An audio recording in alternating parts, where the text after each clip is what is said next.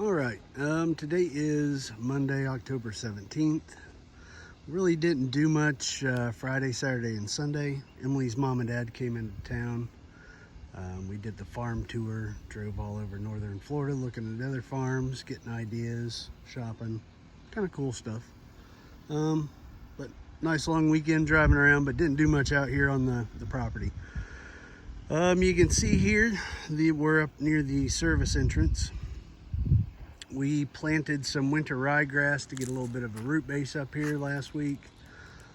Threw down some of that DOT mix, and you can see it's starting to slowly fill in nice. Just something to give the dirt a little root base. But here's the culvert. We did have one good hard rain. It's probably only for a couple hours the other night. Really not much to judge that by, but it's still held up really good. Here's the progress we made on this side of the culvert. So huge difference. Down there where the grass is going to be, or where those weeds are at, and I'm going to weed eat that, because again, that's where it really drops off and goes towards the pond. Speaking of the pond, it's probably down a good 6 or 8 inches from before that hurricane was supposed to hit us. So we really need rain. Water table's really dropping. Kind of wild to see it. But there's the west side of the culvert again. There's the east side.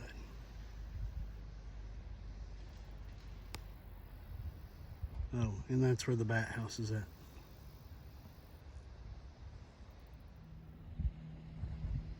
Down here near the foundation. It's kind of interesting that they took the forms off right after it was poured. I don't think we've shown any video of foundation with the forms off. I think last thing was us still pouring concrete. They did a good job. This is where one of the garage doors is going to go, so they sloped that up so the rainwater runs away from inside the building, and also it makes it easier to get a vehicle in here. So this spot is going to be where Emily's car goes. It's a 10-foot wide roll-up bay door. This one's going to be a 14-foot wide roll-up bay door. And this is a 20-foot section, or 20-foot wide by 40-foot deep and 20-foot high. It's going to be an L-shaped workshop area. It's going to be the lean-to side.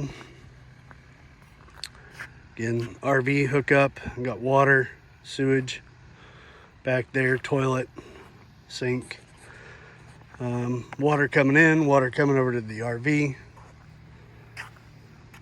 It came out, I believe, on Friday and cut the stress cracks. So I'm gonna rinse all this dust off, but other than that, it looks really good. The rebar there's the ground for the power. I don't know if we talked about that before.